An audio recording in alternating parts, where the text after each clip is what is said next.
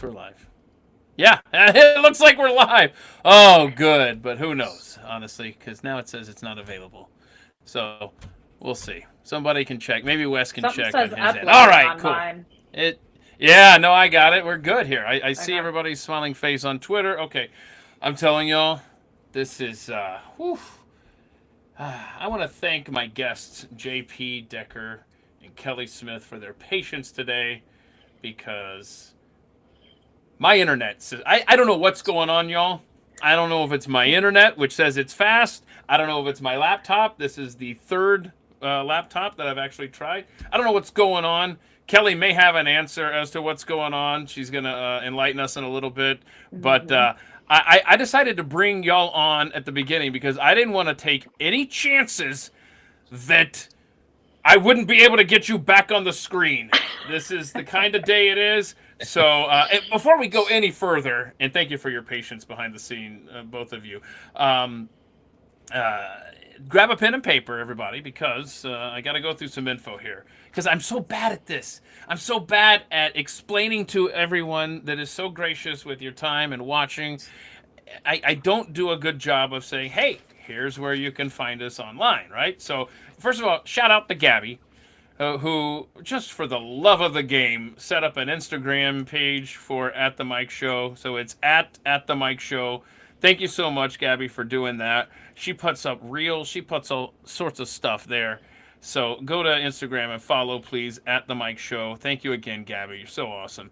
Let's see what else. There's youtube.com/at the mic. You know, you got to do that. I don't know why they make you do this over there, but see this? You gotta put the at sign there. Keith, don't hold up anything. Your internet connection sucks. They can't see it anyway. So like and subscribe over there, please. And a lot of hard work by Wes over at themikeshow.com. Let's see, at the Mike Show FM. Boy, I really screwed this up. At the mic.transistor.fm, where you have a dozen different places where he has put the audio podcast now. It's not just the video. If you want audio, a lot of you are asking for that, and I'm so grateful for you just finding the best place that works for you, like Spotify or iTunes. That's at the mic.transistor.fm. Scroll down, you'll see literally a dozen places you can listen and get the audio only. You've got at Keith Malinak on Twitter. You see it there. And JP, what is your Twitter handle? I know you're on there. What is it? At J. Paul Decker. J. Paul J. Decker. Paul Decker. He's And all Kelly business. is, yeah, you are at Kelly, the number 4, For Freedom. Uh-huh. freedom, Kelly liberty, for freedom, freedom. and it is freedom. Yes, that's how you can find me. It's Little free. spicy tweets, cats, aliens, stuff like I that. know. Good stuff. Okay, I think I covered everything. Next week we're going to, on the deep dive, if you missed yesterday's deep dive, it was about 15-minute cities. That is terrifying. And we had a great conversation with Gallbladder next Thursday at 3 p.m. Eastern. Wherever you're at right now, that's where we will be Thursday as well, just like you are today. Every Thursday and Friday, 3 p.m. Eastern. We're going to talk about the Islamization of Europe. That'll be the deep dive topic next week. And then Alex and David Cuesta will be my guests on the Friday live stream. They do a great job on the Alex Cuesta show. Great interviews over there. Looking ahead, Thursday, March 6th, Ed McCrae going to talk to us about underrated founders. Notice I didn't say underrated founding fathers. Founders. There's some chicks in there that need to get their due. Hey. So a lot of fun stuff coming up here Thursdays and Fridays at 3 p.m. Eastern. All right. I really hope that everyone that is tuned in right now can see me, hear me, see my awesome guests. So why don't we get into some not so rapid fire questions? As the thing we like to do here is we get to know our guests. JP, this is your second spin on the Friday live stream. Kelly is a newbie. And so we appreciate. And Kelly, let me start with you. Okay. You're a real estate Okay. agent, I am. Yes. and you're in Austin, Texas. I'm in Austin, Texas. DMs are open.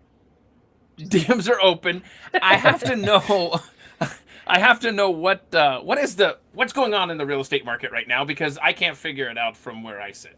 Honestly, we can't either. And I've got a couple listings right now, right? No, none of us can because it's, we'll be slow. Everybody's like dying for offers. And then all of a sudden it'll be multiples. And we're like, all right, we're coming back. Everything's good. And then it'll stop again. And I'm not sure, obviously I think some of it is interest rates, and I wasn't licensed in 2008. But I do have a lot of mentors and friends in the industry that were, and they said, the one thing that's different from now between 2008 is in 2008, it was pretty much insulated to real estate, people were losing their jobs. Well, now, we're paying more for food, we're paying more for cars, we're paying more for gas, insurance. I mean, y'all's toes would curl if you saw the insurance rates that people are getting right now on top of it. First, I've got a first time home buyer right now. She's 41. I haven't seen anybody in their late 20s, early 30s.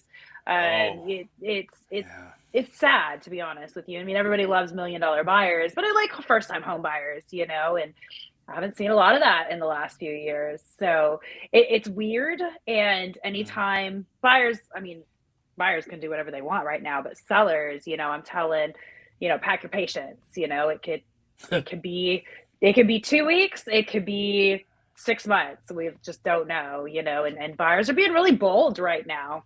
And they can, because they can.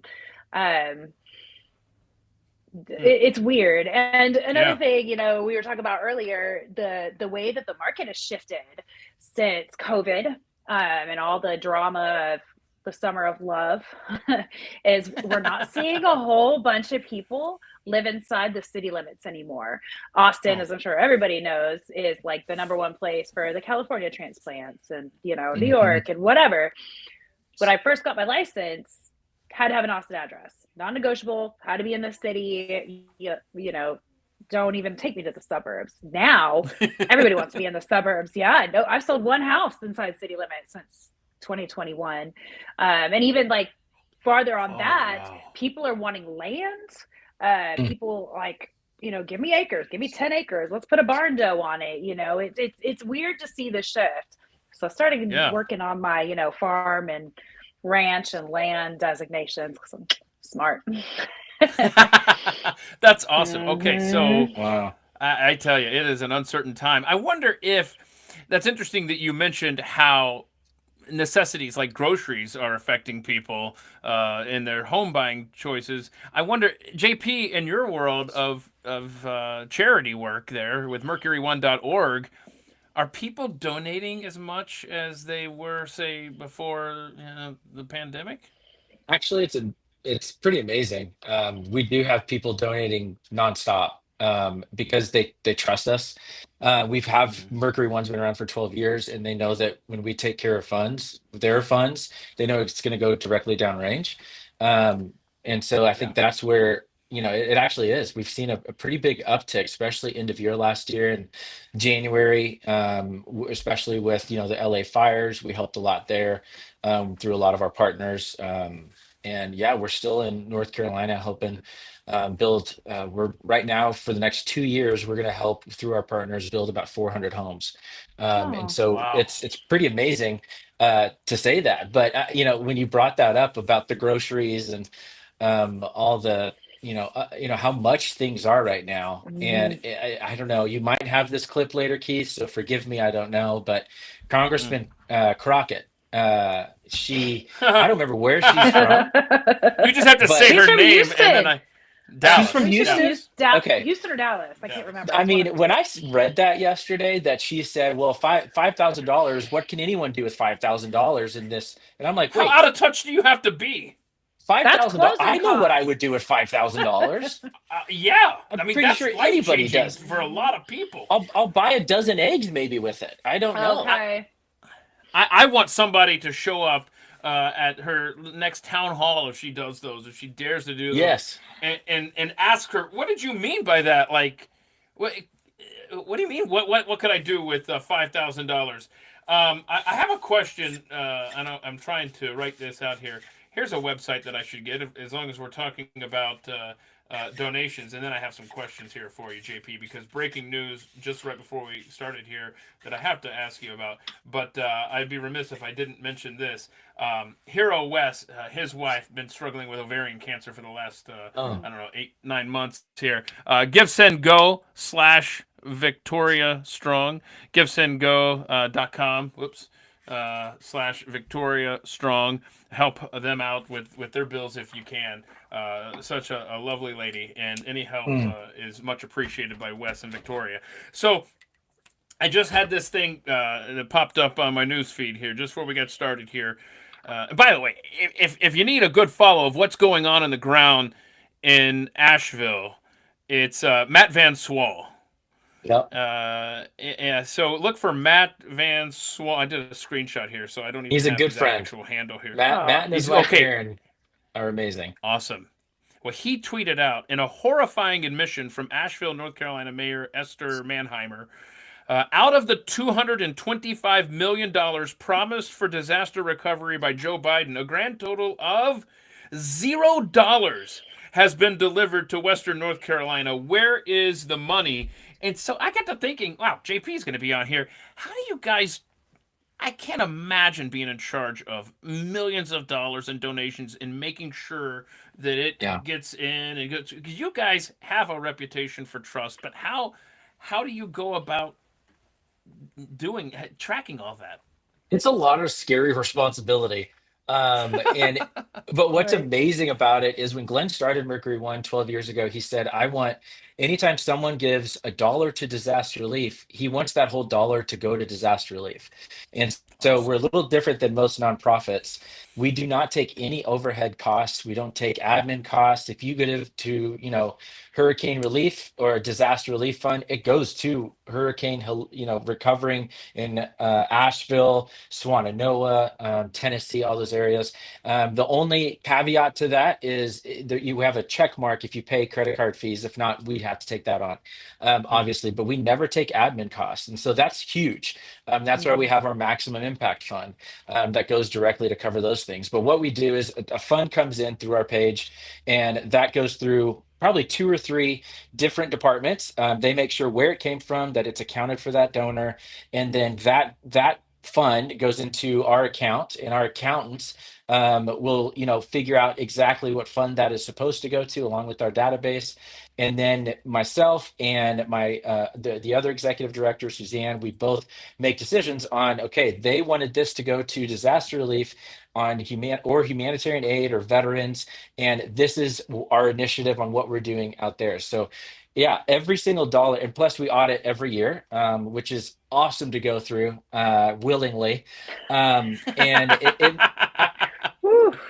I think what's amazing about that, though, is, I've been through quite a few of them now that I've been here, and it's really cool.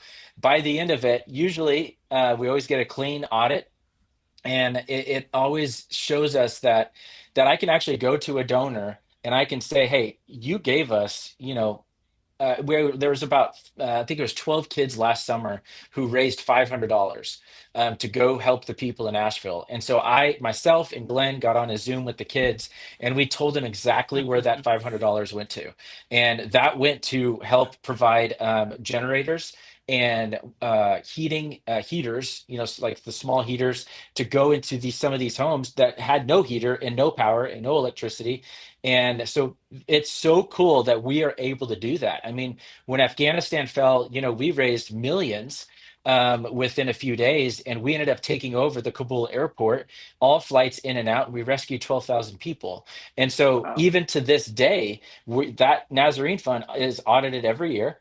And we can tell you exactly where those funds have gone and where they're still going, because we still are placing people all around the world. And it's just really cool to be a part of something like that, so transparent. I mean, we see what's happening with Doge and how transparent a White House can actually be, especially when they open up a media row in the White House. That's shocking to me.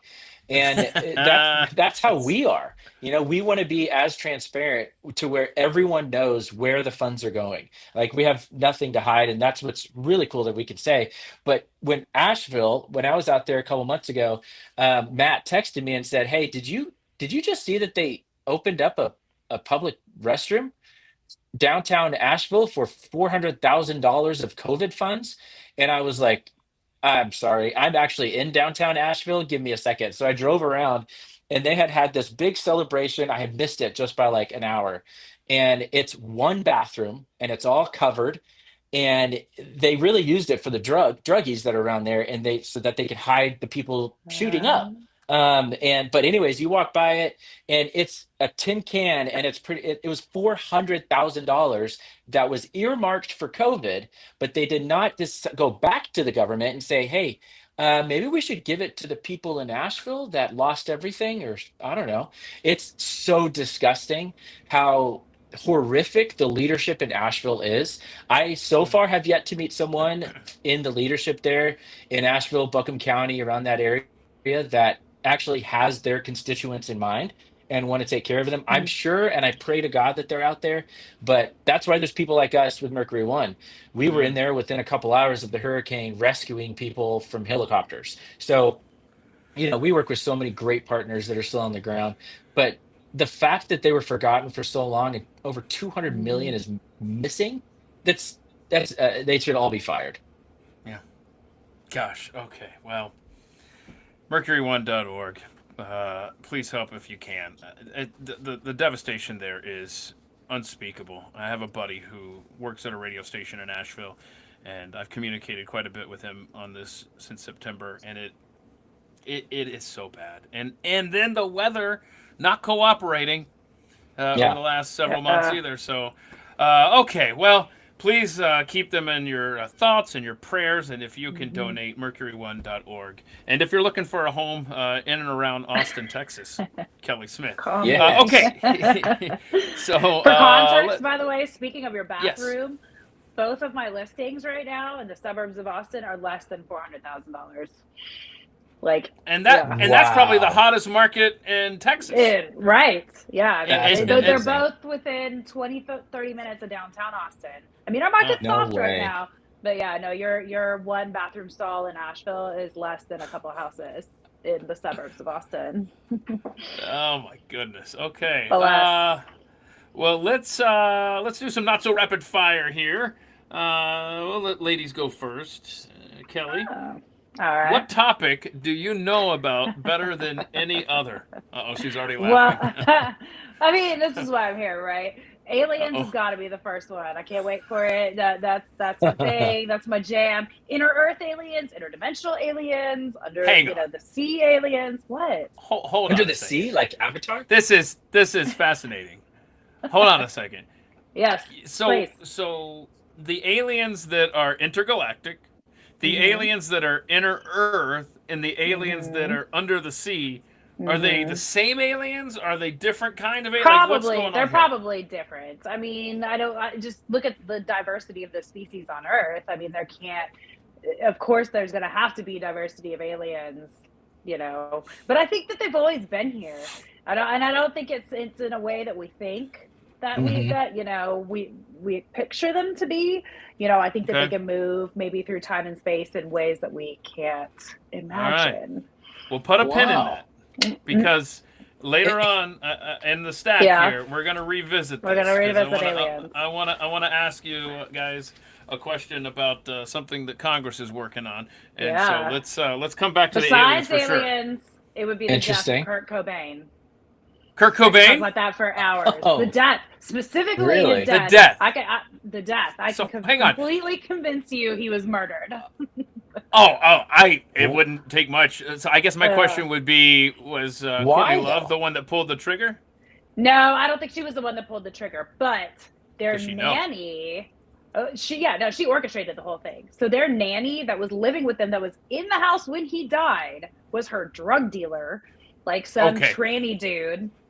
Okay, hold on a second. Put another pin in it, because you know what we're gonna do. Hang on a second. Hang on. I'm starring this. This is my very organized life. On the one side, you have the Thursday deep dive guests coming up, and on the one side here, you got the Friday live stream guests. So you're on the Friday live stream. I think what we're going to need to do is we're going to have to find a Thursday for you to come here and talk to us about Kurt Cobain's murder. Yeah, okay, that's impressive. I'm here for it. Let me. I'm not kidding. I'm just looking for a writing instrument here. She doesn't believe me. I'm gonna write it down. I do. We want to talk about okay, soap and bleach. I have a signed copy of a book from Courtney Love's dad that he wrote about saying that Courtney Love did it. Okay, you don't give away all the stuff yet. You already got me to say yes. Just wait, and we're gonna reveal all this stuff. Nuggets. They're nuggets. Yeah, that's good stuff. I can't wait.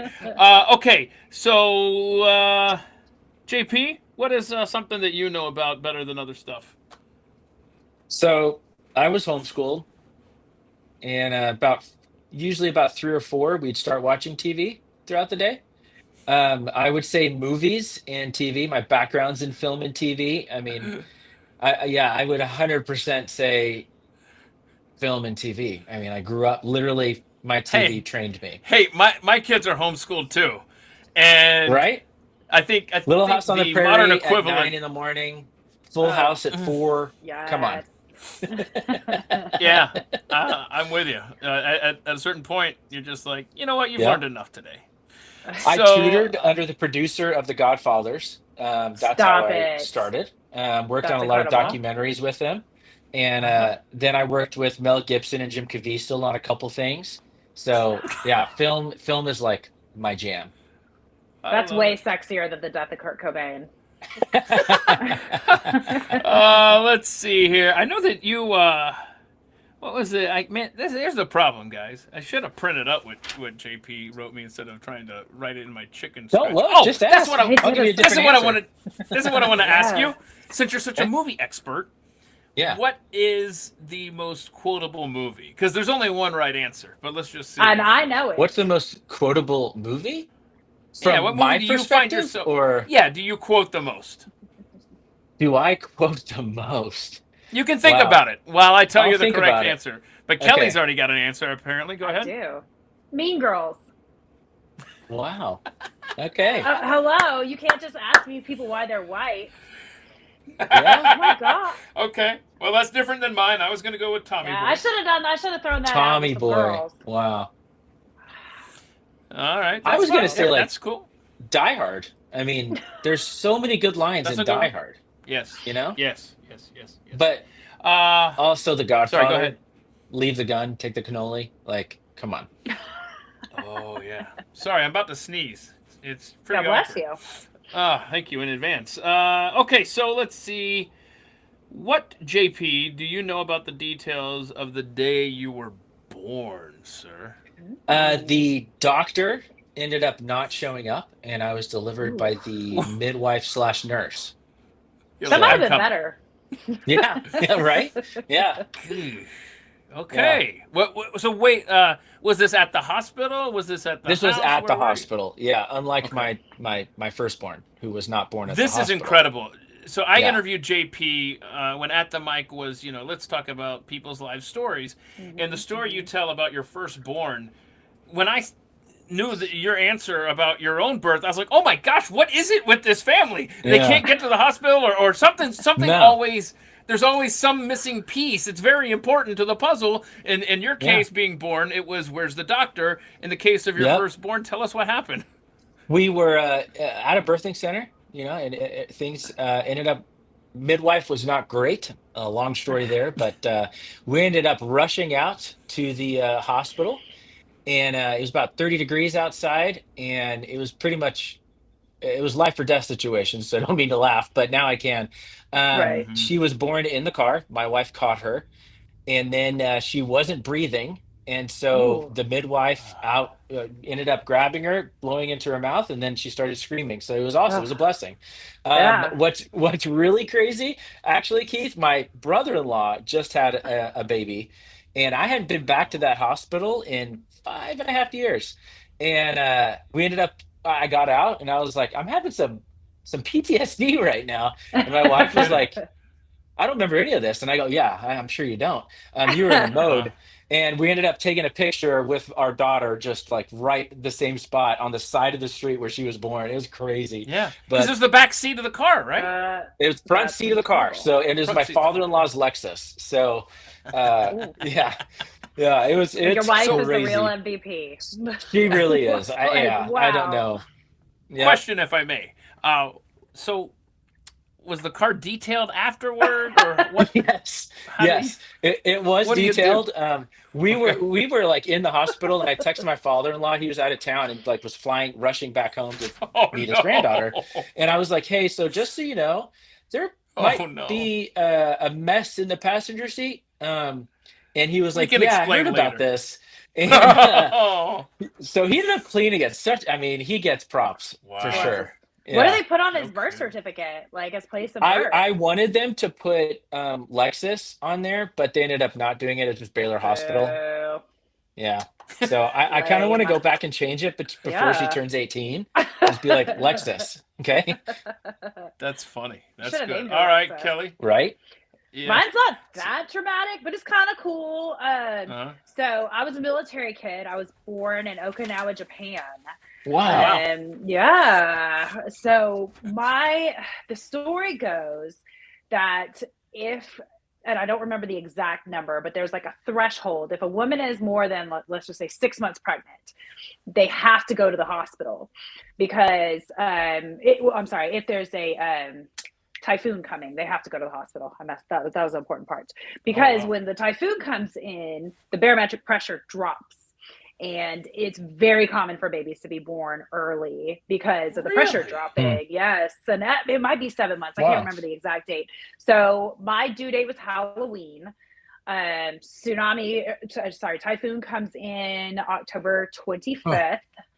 My mom had to go to the hospital. My dad was en route. He was a F-15 pilot to Australia at the time. The only time he's ever gotten a TDY to Australia, and he had to turn around in his F-15 because they were sending my mom to the hospital. And he never got to go back, and he still holds that over my head to this day. But no kidding, my mom went into labor, and I was born about a week early. Because of this Wow. typhoon. And then my mom told me, she was like, I considered naming you after the typhoon, but it was Typhoon Gay, and that just didn't sound very nice. And I was like, I really appreciate that, Mom. Typhoon Wow. Gay. That would be Ended up as Kelly. there you go. Oh my goodness! Wow. And she hadn't had a middle name picked out for me yet, so they were waiting in the hospital. They put you like in a holding space, and there was an Elizabeth Taylor movie on, and she was like, Elizabeth. So that is my birth story. Wow. That's cool. Very cool. Very good. In Japan. All right. In I do Japan. not speak Japanese, so don't ask me. Okay. Typhoon Gay. Typhoon Gay. Typhoon Kelly. Gay. They I called me don't know, Typhoon Kelly as a child forever. I like it. I like it a lot. So, if you let's see, in school, I'm sorry, boy, I need to work on my handwriting. In school, Side did note, you ever I'm loving get the messages about Carrie and how What your do we got wife over here? and how she deserves to sainthood because she homeschools with you. So I agree with that. Carrie deserves sainthood for That's marrying this amazing. guy. I mean, it's No. just it's amazing. 100%. Spicy I could give you a dozen reasons why she deserves sainthood. That's incredible. But- like I thought but about it, but I shoot. don't know if I could do it. Right? Yeah. Okay. In school, did you ever get suspended, expelled, or detention? And do you remember why, JP? Homeschooled. I was homeschooled. Piss me off. Go to your room. Yeah, pretty much. I mean, it Report could have been to your anything room. from like playing drums with my pencils, or I don't know, it could have been anything. But yeah, literally, I just got grounded. So So hang on a that was second. it. You just resurrected a memory in me, especially 5th grade. Pencils, man. Yeah. We had a pencil fighting league. You know what I'm talking about? We had No. a schedule. Yours truly made Homeschooled. a lot of schedules. Yeah. No, not homeschool. I wasn't homeschooled. I'm talking about when I was in school. You take a pencil, right? Yeah. So does anybody in the chat know about this? Okay, so you hold the pencil and you can't spin it because that'll lessen the blow. But you have to hold it tight Because if it comes off, then it's I don't know how, I don't remember all the minutia. But so what you would do is you'd rear it back like this, and then right, Oh, and you would hit, Oh yeah. right, and you tried it, and whoever's Yeah. pencil broke, you lost, and we had a whole season, and it was wild, man. Did you ever win? I don't think I was that good. I don't know. It's just like, it's a torque, you know. It's like, Yeah. Some physics. but you could cheat. You could cheat, you know, and you can catch your buddy cheating if you see the print move, you know, because he's spinning it. So it, Anyway, 5th grade. But that's what I thought of it. That's how distracted I get when someone says, "Yeah, we used to drum with our pencils," and the next thing you know, I'm off talking about my childhood. Sorry. So, okay. Let's see, Kelly. Kelly. Oh my gosh, I bet just in the brief conversations that we had, Typhoon Kelly. I bet Typhoon Kelly had her own desk in detention hall. So oddly enough, I never got suspension or detention because, and it wasn't because I was good.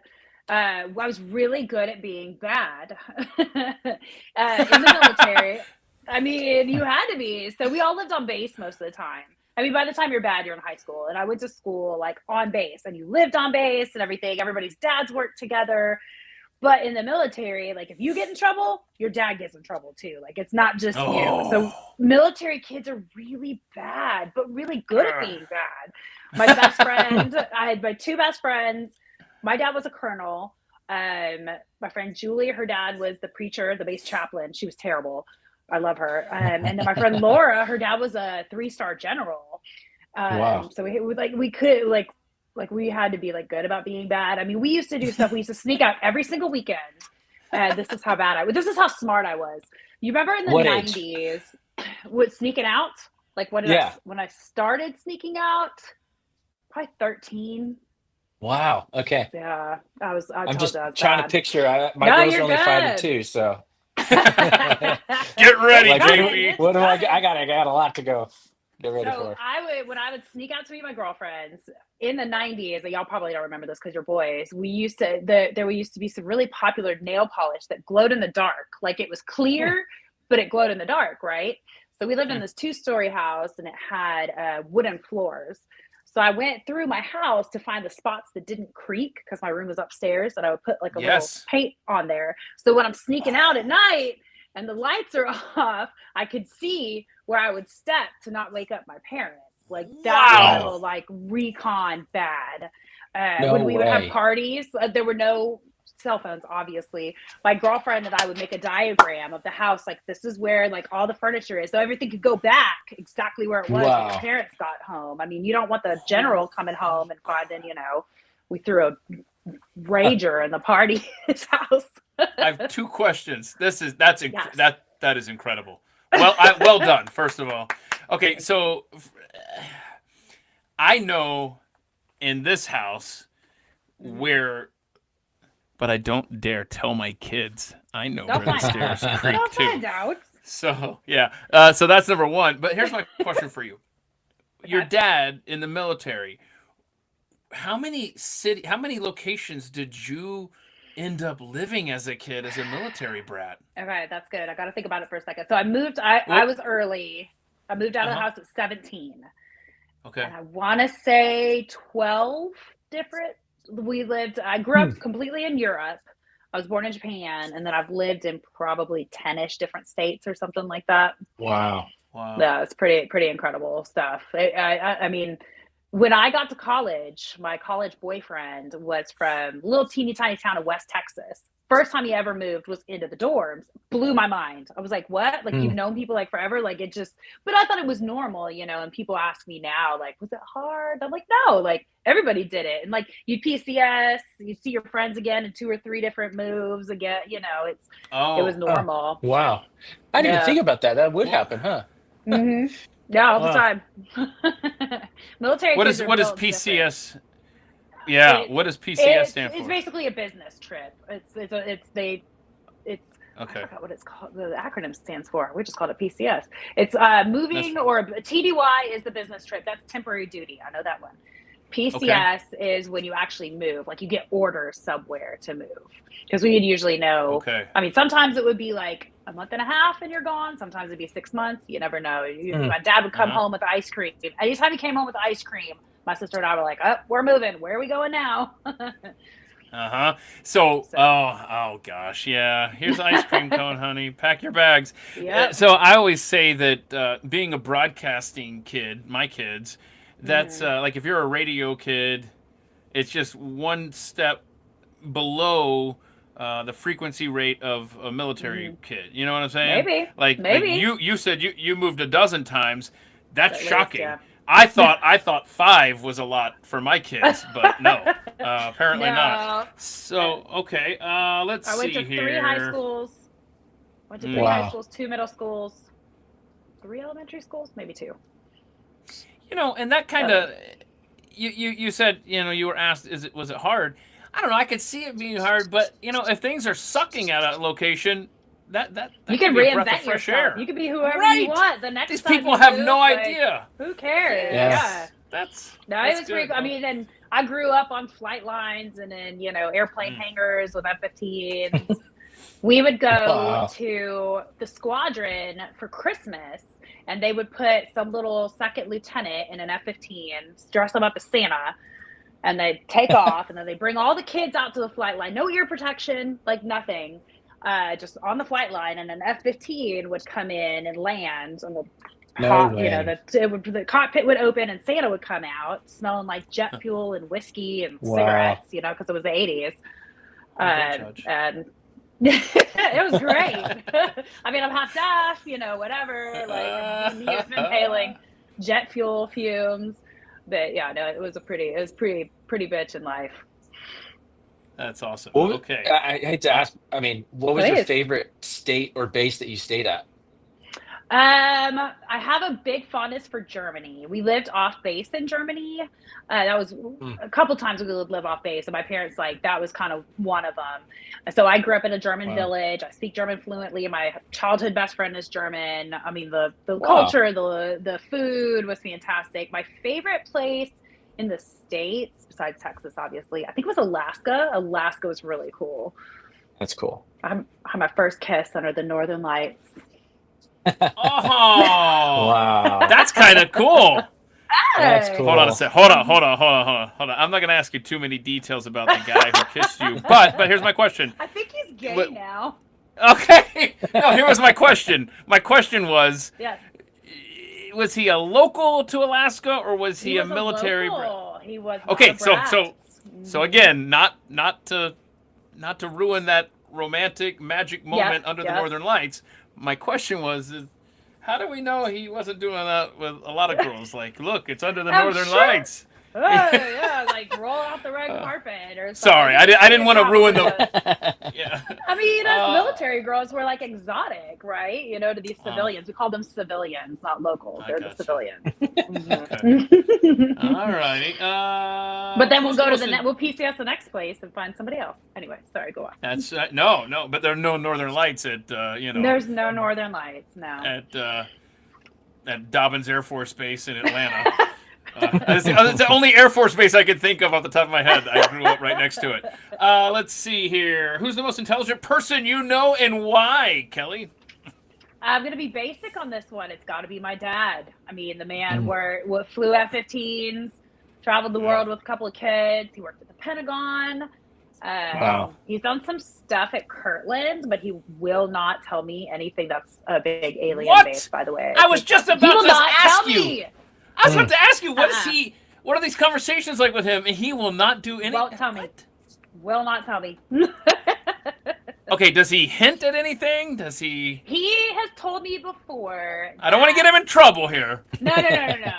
This is fine. He's told me before, and keep in mind that he was a pilot like in the 80s and early 90s. So it's like the climate is completely different than it is now. But he said he says he personally hasn't seen anything, but he was like, I'd say probably 3 out of the 4 pilots that I knew have seen something, but nobody ever reports it. Like they'll talk about it with their bros or whatever, you know, after hours with a beer, share stories, but it wasn't ever reported. You never like talked about it or anything like that. You just kind of kept it to yourself. He said everybody had a story.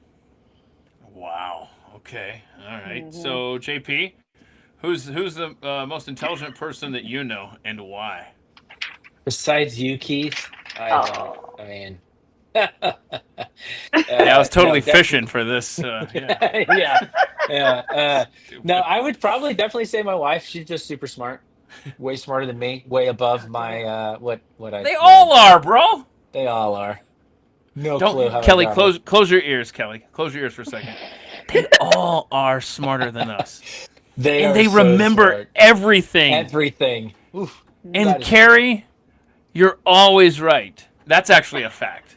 Like we'll start talking about something, and then I'll say, no, it's not that, it's this, and she goes, it's that, and then she'll show me, and I'll go, it's that. Yeah, every time, yeah, every every freaking time. time. Okay. So, what was the last TV show that you binge watched, JP? Ooh, uh, last or current? I don't care. All right. Just pick one. Currently, I'm rewatching all the Seinfeld, That's good. I've been Fantastic. wanting to do that for 20 years, man. and I've for first time, which is kind of sad. I'm just now watching it, but I love politics, so I'm watching West Wing for the first time. I I've haven't never watched watched that. it. It's Never a lot of watched fun to it watch. either. Super liberal, but I mean, I'm really enjoying it. Yeah. I mean, I everything love that is. kind of stuff. Yeah. You know what was a good, and I should watch The West Wing because that is right up my nerdy alley. But Right? it's the first season of Designated Survivor was really good. Oh, Then that it was so just good. blew chunks Then after the it first season.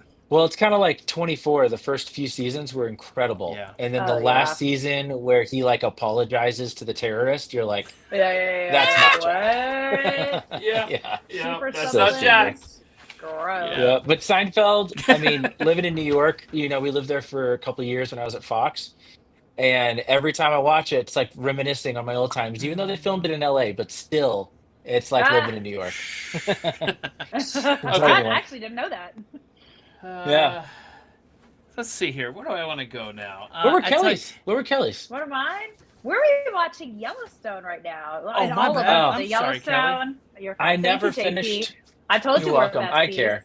I'm care. a bad host. I'm a bad host. Sorry. Have you finished? You haven't finished it? Like the new one that just I came out mean, a couple months ago? I know how it ended, And I but I did would too. love to rewatch it again. Oh, We it's such a good rewatched it show. right before the the ending of it came out. It's so good. Yeah. And then we're finishing up 1883. We're getting ready for the new 1923. Nice. 1883 was my favorite by far. Like Yellowstone was good, but 1883, Yes. yes, Keith. I need to Is that your 1883 favorite too? is the I haven't watched greatest it. TV show of all time, as far as I'm concerned. It's so good. Okay. Like the And it's only characters. what 10 episodes, 8 Yeah, episodes. something like that. It's like JP, 10 That's or awesome. 11. I'm not Me going to too. ruin. I'm not going to ruin anything for you, JP, or anybody that hasn't seen 1883. I've tweeted about this, but and Kelly won't. She's not going to ruin anything either. But the scene where the oldest, where the daughter is talking with the captain. Okay, you know what I'm talking about? Where they're sitting there talking. That is the greatest scene in TV history, as far as I'm concerned. The dialogue, the acting. Anyway, so okay. Everything. I need to go back and watch 1883 now. It's only like 10 episodes, right? 8? Yeah, I not- mean, we're like finishing up right now. I think we started last week, so Okay. it's nothing. And I won't say anything about the ending of Yellowstone except for this. Oh. Taylor Sheridan was handed Mhm. through the Kevin Costner drama Mhm. a big pile of crap, and what he was able to turn the final season into off of that was incredible. Agreed. I mean, Agreed. seriously. Because I knew going into it what had happened, and I was like, how are they going to get around that? You know, like Well it's done, Kevin Taylor. Costner, and he nailed it. Yes, he Good did. for him. So I thought this would be fun. And I'm not trying to set y'all up here, but with Yes. Canada in the news, I thought, you know what? I don't know how many provinces and territories there are, but I'm going to try to count as many as I can come up with. And let's see how well I did, okay? Oh. And it's not easy. Am I fact 'cause- checking you? No. I'm just No? telling you, I didn't do that well. And so I'm not trying to embarrass y'all. Uh-huh. But I want to see if you can guess how many territories and provinces there are, and how many can you Why? name? Because they're in the news. Wow. You don't want to play? JP doesn't. I'm going with my gut. I'm going to go with my gut. I'm going to say 5. Okay. I'm gonna say 7. Somebody can do my job for me in the chat here, because this didn't list them. It's just a map. Oh my gosh. No, okay, so it looks like there is again, somebody seriously fact check this. I'm not kidding, please. I think is this I'm counting 2, 4, 6. Is it 11 provinces and 3 territories? Ask Rock. Are you on Twitter? Ask Rock. Oh, you do that. Do that for me. Do my job for me. I got How many? you. Thank you. How many provinces and territories are there in Canada? Provinces in Canada. Okay, since you're doing that, JP is going to see how many he can name. Also, ask Rock, why do I care? Yeah, right. because we're going to take it over one day, and we need to know how many individual states are we going to. Is it going to be them over?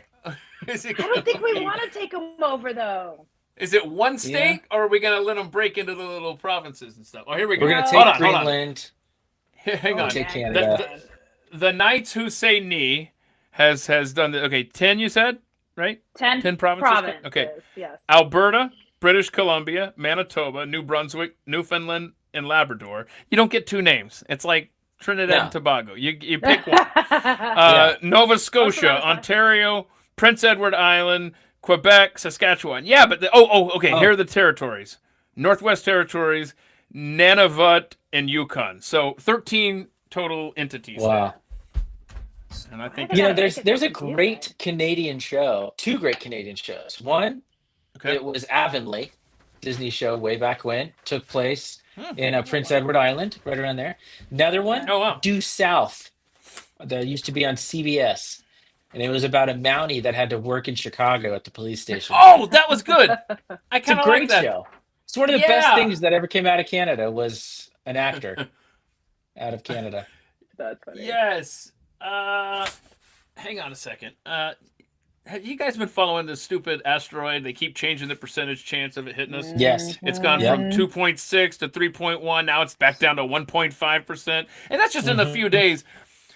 We have until 2032, if you haven't heard, this asteroid they think is going to hit us, a 1% chance at this point. I feel like they're holding back some information. I don't think they want to tell us, but they want to be able to say, well, we warned you. There was a chance. What do y'all think? Are you much concerned about this asteroid? I got a lot to say about this. Did not bring an alien. No. That's right. I got to make sure we get to that alien story. I know. I'm sorry. I'll rein it in a little bit. No, so we're going to get to it. The last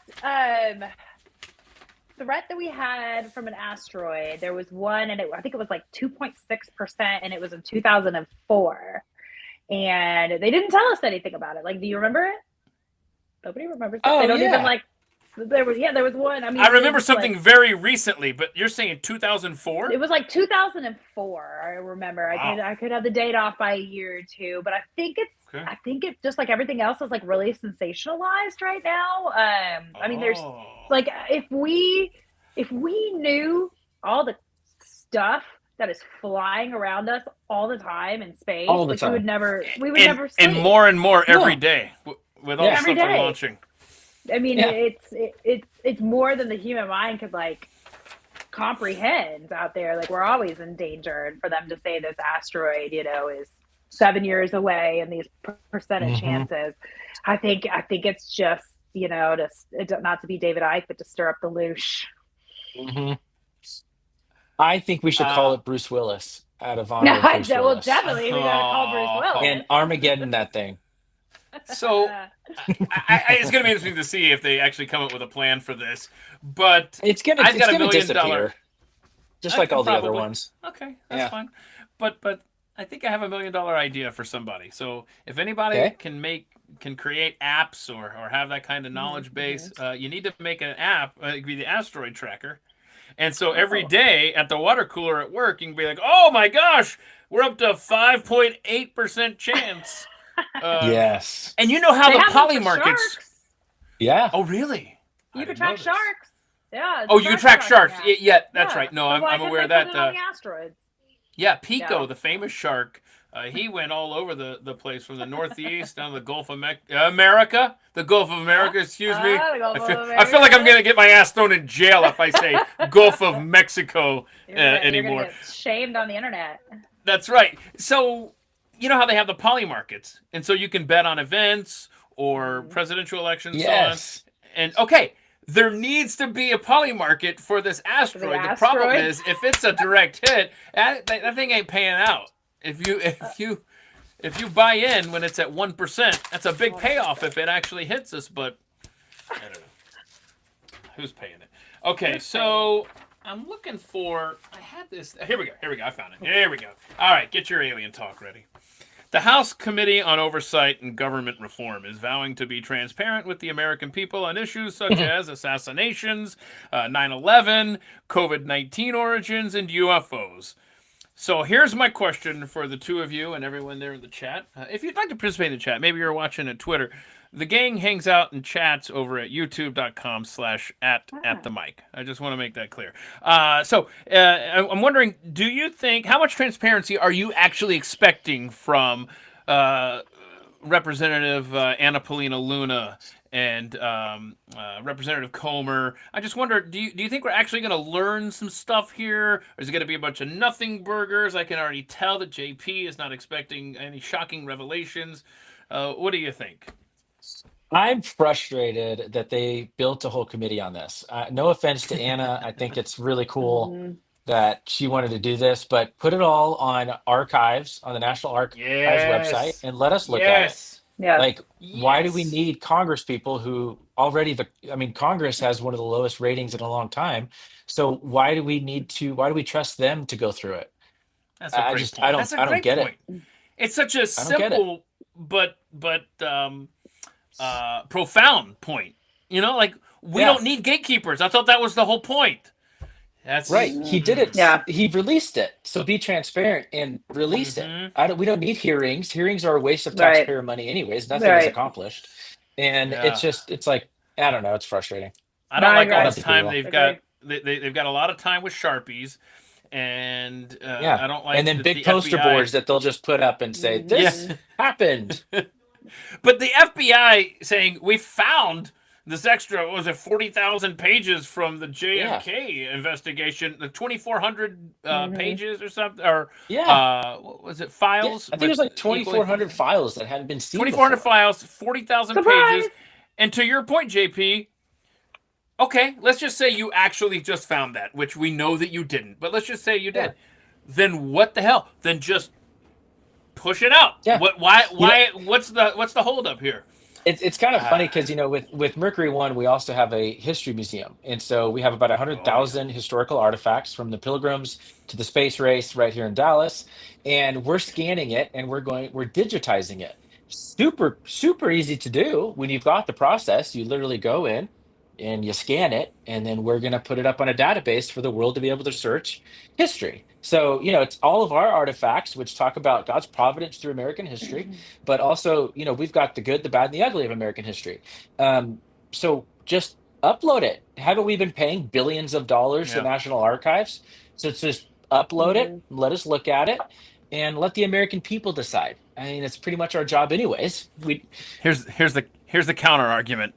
Yeah, but Elon made us get rid of all of our employees, so now we don't have anybody that can scan stuff. Sorry. True.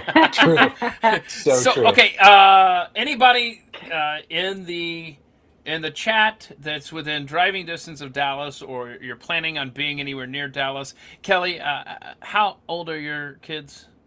So I have a 7-year-old, a 9-year-old, and my stepson is 28. Okay. Well, what I was going to suggest is you have to get to this museum that JP was just discussing. Anybody that can get up to Dallas, not only for the American, what's the website? American Journey Experience.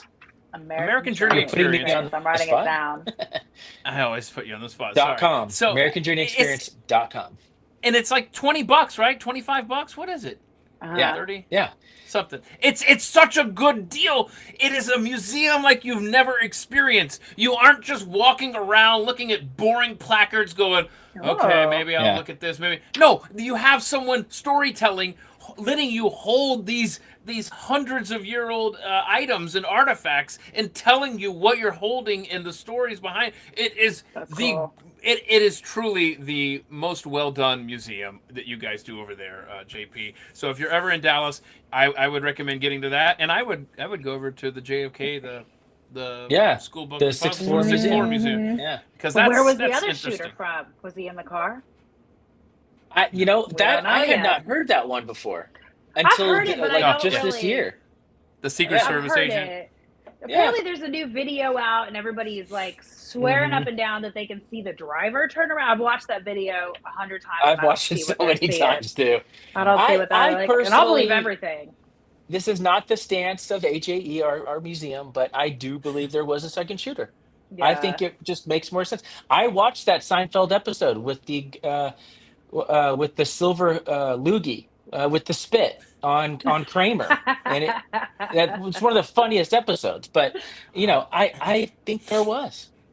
Okay, well, I never remember the name of the book, but Robert Morrow. My audience is so sick of me talking about this book. This guy who bought the guns, didn't know he was buying them for the assassination. 3 rifles.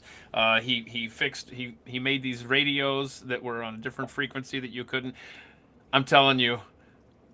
It was 3, and you just read the book. Oliver Stone's JFK is very close to the book, and as I've said before, after I read the book, I still had never seen the movie JFK, and then I found out later that Oliver Stone got a lot of feedback, input from the author, and I thought, that makes sense. So watch JFK from Oliver Stone if you haven't. It's about as close as you're going to get to reality.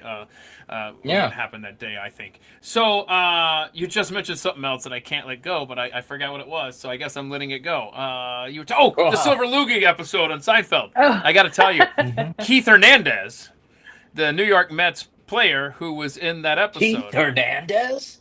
He nearly killed my mother before an Atlanta Braves New York Mets game back in the late 80s.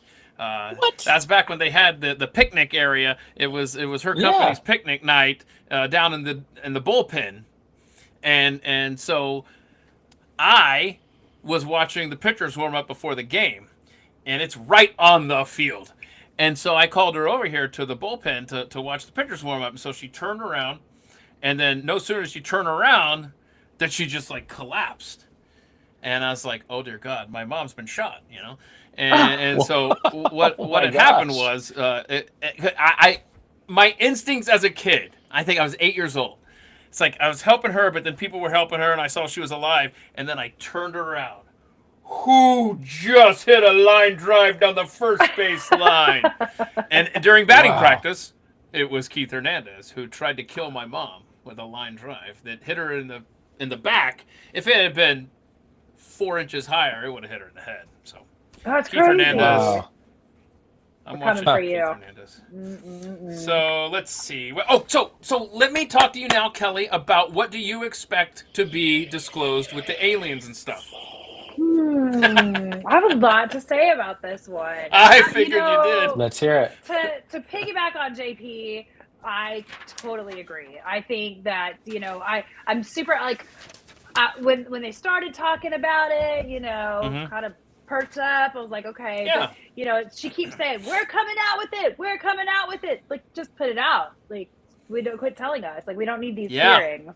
But like, I'm gonna nerd out for a second. So follow me, bear with me on this. This is my thought process on disclosure, because I've been following this, since I was a kid, like way before social media made it like acceptable, and sexy and all that. Are y'all familiar with Werner von Braun? Yeah. Oh yeah. The Nazi guy, right? So he was a Nazi. Documents from him. Yes, he was a Nazi. We brought him over here during Operation Paperclip. He basically sent us to the moon. Hold on a second. Hold on. So let's see. Hold on. Kelly Smith, Kurt Cobain death, and Operation paperclip. That's going to be a long day. I have to clear my it down. schedule. So he, and I don't know if y'all know this part of it.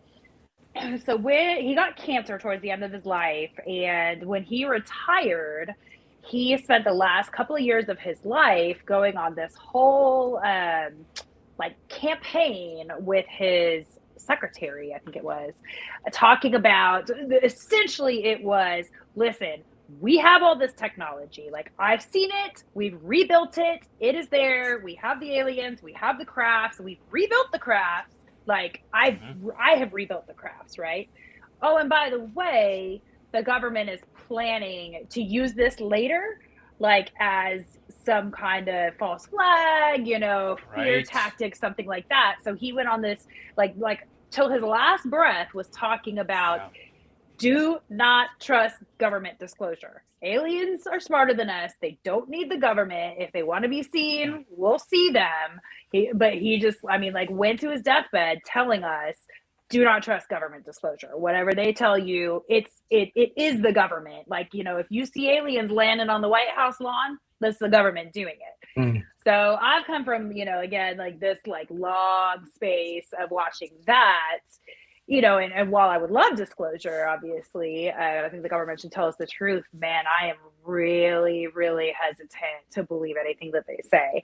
I'll believe, these guys that come out from the Air Force, and the pilots that talk about it, and regular people, I've seen stuff myself, but, I just, and Tucker had a episode not too long ago about UFOs, and he brought up a point that I'd never really thought about that I thought was super interesting, and I think the reason why they won't disclose it is because they're profiting from whatever technology it is that they have, like free energy or whatever, which will completely change our world.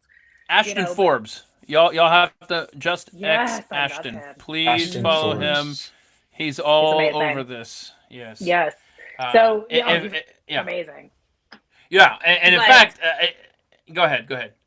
No. I was about to die. I'm just saying, there's no organic reason for them to tell us, but there's lots of reasons for them not to tell us. Correct. Yeah, and I'm kind of curious though. I think I heard you just mention in passing that you've experienced something yourself. A couple things here and there. I've seen some weird things. Do you want to tell about that? So I don't know. Do we want to save it for this episode that I've already penciled in? It's your show. Yeah, you know what? Hang on a second. Hang on. True. Hang on. These boxes this grid that I made, there's only so much space here. Hang on. Kelly Smith, Kurt Cobain death, Operation Paperclip, her UFO experience. UFO, and I think there was Plural? an interdimensional. It's a little fuzzy. There's two. Oh my gosh! I don't have that much room in these boxes. I'm sorry. You didn't know that we were getting into all this when you asked me, huh? No. Okay, so it's going to be interesting to see what they disclose, but I think you're right. The longer that we go from we're going to disclose them to they're released, I don't like that. Each passing day, it gets less and less believable. Well, the whole New Jersey drone thing would have been a perfect opportunity. Oh, yeah. They're like, no, it was just regular people. Next, Yes, that it shut down an Air Force base. Yeah, and then all of a sudden it just ended, and no one Trump asked again about it. Yeah. Do you think Trump believes that they're ours, or is he just passing along what he was told to say? I just wanted one follow up. Can you prove it? Maybe just show it to us. Yeah. Yeah. That was a lot of drama for backyard drones. And that now one. nothing? I think it was in where I forget where it was. I think it was at Heathrow. And I know y'all remember this. It was during Christmas time, and it was a commercial plane, and they took a picture out of the cockpit, and it was that looked like a volleyball kind of thing floating down the runway. Do y'all remember that? I didn't see this. Okay, I'm gonna have to find it and send it to you. Yeah. But this is a pilot, sitting in a cockpit. You can see, the airplanes behind it and everything. And it looked it was kind of like a dark gray color. It looked like a volleyball for all Wow. I look forward to seeing this. floating Okay. down the. It was when all that New Jersey stuff was going on. Oh, good. I can't wait. So, on this article, where did this come from? MSN. Oh, so this is good. Yeah. So This is it's an article that talks about the wisdom of crowds. And it's a phenomenon whereby the collective opinion of a group of people often provides a better judgment than that of a single expert. It is the most in its most famous example, the statistician Francis Galton recorded how in a competition to guess the weight of an ox at a county fair in 1907, the average of all 787 entries was astonishingly accurate. So the crowd guessed 1,207. It was 1,198. So they were 9 pounds off? Very close. And so that's the term, wisdom of crowds. I'm going to skip a little bit of this, skip a little bit of this. So they've applied this to now, and in his 2024 prediction contest, the wisdom of crowds beat 87% of individual forecasters taking part in the exercise. And this is over in Britain, so there are a lot of British political stuff or what have you. Now, 51% of those that were asked about current events said that Elon Musk would be fired from his role at Doge. I mean, that's half. 16% chance that... Okay, so here we go. What are the chances that the United States will end up with either the Panama Canal or Greenland? 16% chance. Really? We kind of got the Panama Canal taken care of, as far as I can tell, right? Yeah. So, Sure. let's see. The chance of a lasting ceasefire or truce between Ukraine and Russia before the end of the year is at 50%. So that's not right. Chinese blockade of Taiwan, 32%. So that's not likely. Anyway, it's kind of a fascinating article to just how this whole wisdom of crowds thing work. And again, most of these predictions are British stuff, but whatever. So I wanted to ask y'all if you had any predictions, anything, politics, sports, weather, any predictions that we want to get on record now in February that by the end of the year will take place. Do you want to go on record for anything? Back to aliens. I think it might come out that I know. Sorry. No, you're good. You're good. I think it's going to come out that a lot of what we're seeing is us, but that it came from them at some point. But I mean, That's it had to unfortunate. I know, but I think it can be traced back to Roswell or whatever. I was going to say, Yeah. I was just about to say, just go back and learn as much as you can. In fact, I should just do a show on this from Roswell, because that's before they figured out how to properly cover their tracks. Yeah. And I'm not saying, there's go ahead. Sorry, I cut you off. I was just going to say the technology itself from the crinkly material in the kitchen before the government comes in and gets it.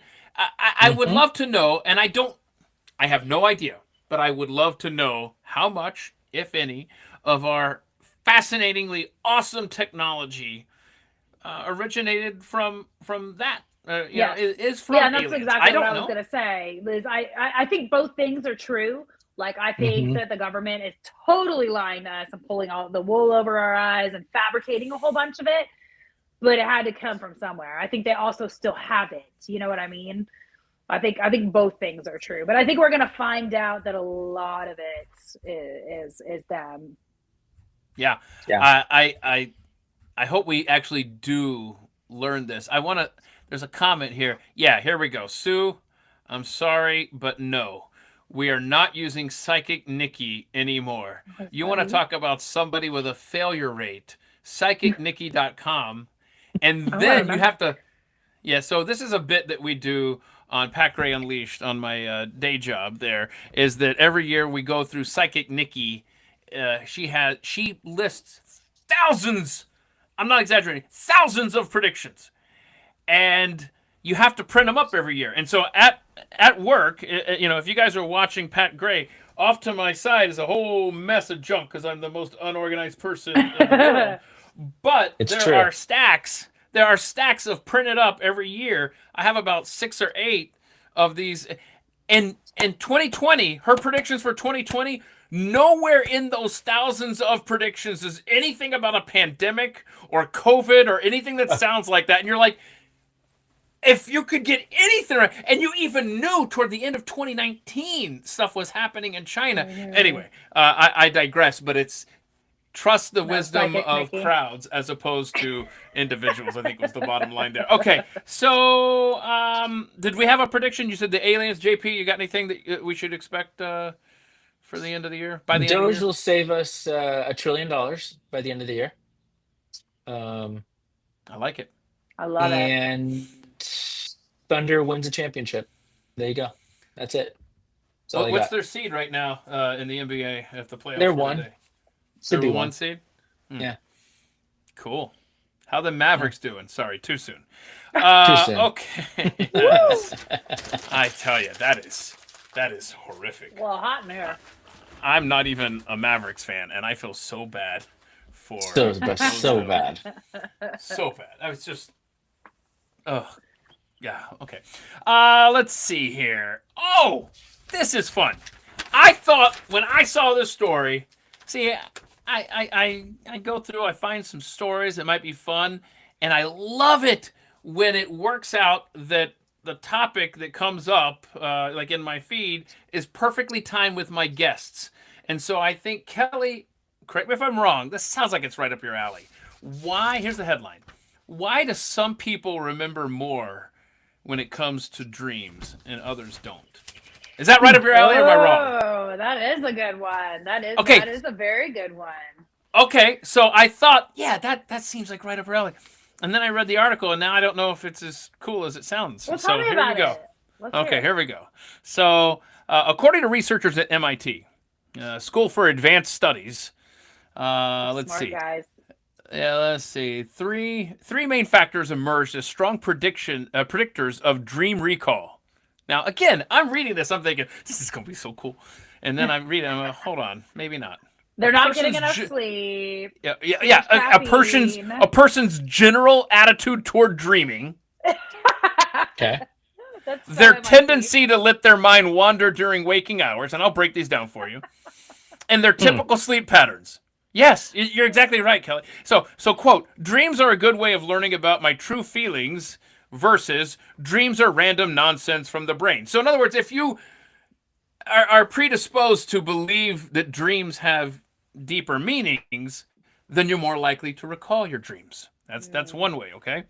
Let's see. The relationship between daydreaming and dream recall points to an intriguing possibility. People who spend more time engaged in spontaneous mental activity during the day may be better equipped to generate and remember dreams at night. I mean, this article is kind of a letdown so far, right? It is kind of a letdown. It sounds very MIT. Right, thank you. People who typically had longer periods of lighter sleep with less deep sleep were better at remembering their dreams. And it goes in to talk about brain waves, and when you're in deep, deep sleep, the way that your brain activity isn't conducive to remembering. And like I said, I set this segment of the show up to say, how cool is this going to be? Oh, that's cool. But now you went on the depressing ride that I went, and you're like... No, I mean, we spend a third of our lives asleep. Like, a third of our... That's hold crazy. on. Wow. We're supposed to spend a third of our lives.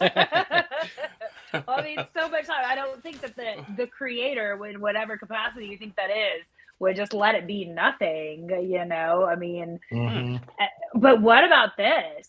Like, have y'all heard, this is a whole rabbit hole that just absolutely blows my mind. And it was about like a year ago. You heard about people that don't have an internal dialogue. Have y'all heard about that? Oh, yeah. I should probably set this. Do you not have an internal dialogue? No, I do. I sure as hell do. And I don't know how much I want to talk about that. Talk to each other. Yeah, that's called. I definitely have one. Yeah. So we're all hearing voices. We've established that. We're all hearing voices. Yeah. We're all talking. I can have full conversations with myself in my head. But All like, the time. I wonder if that has some kind of like impact on dreaming. That I'd like to see, you know, like do people with internal dialogues? Because like I dream like crazy. I will go all over the place. I can remember them like out of control. I don't know about y'all, but like, is it something different in people's brains that they can't dream like that? I talk to myself, but I don't remember my dreams very often. You probably don't have very good sleep. You need to take some fish oil. I don't. Ask anyone in the chat. They'll tell you. I don't sleep. I can get it. Read your vibe. I just take some fish oil too, by the way. That supposedly helps like crazy. Like people that try to lucid dream will take high doses of fish oil to achieve it. Fun fact. I'll think about that. You can get it on Amazon, Keith. It's good. Some melatonin works too. Yeah. I've tried a lot of things. I'm not going to list them all here. It'll bore everyone to tears. But no, I'm interested. What have you tried? well, one of the most recent things that I think is actually helping. Somebody remind me. Is it NAC or something? I don't know. Is that NAD. NAD, NAC. Yeah. MOUSE. There you go. Anyway, well, no, the NAC. What does that do? Help you sleep. JP, that's a great question. And at the time that I purchased it, I knew. Now I don't. I've just been taking it, and I think it's been helping. I'm just seeing if anybody can remind me. Is it NAC or is it NAD? What is it? The bottle's downstairs, and I'm not going to run down there and grab it, but it's NA something. NAAAC. Interesting. Okay, so you were talking about all the places you've lived and stuff. JP, did we talk about what? No, it was in your email, wasn't it? Tell us, JP, all the places you've lived. Kelly, you're on deck because Kelly I want to beat me, see if I want to see if Kelly can remember all the places she's. It's lived. really hard. Okay. I try to do it every now and then, and it's hard. I'll think about it while JP's going, or am I going Yeah, first? make a list. Mine's easy. All right, mine's easy. Started in California, born there, moved to Oklahoma when I was 7. Lived in Oklahoma for about 20 years. Moved to Texas. Lived here for about 6 years, and then got married. Moved to New York City for a few years, and then moved back to Texas. So, yeah. Wow. I'm halfway through my list. Hold on. Yeah, keep your list going. That's fine. Make your list there. Amazing. And JP, I want you to be thinking of the place. You don't have to answer yet. Be thinking of the place you liked the least. And I'm going to play this video. I don't trust the computer. It'll probably disconnect from the internet if I try to play this today. So I'm going to play this from my phone. These are the 5 places people regret moving to the most in the United States. Let's see if this will play okay.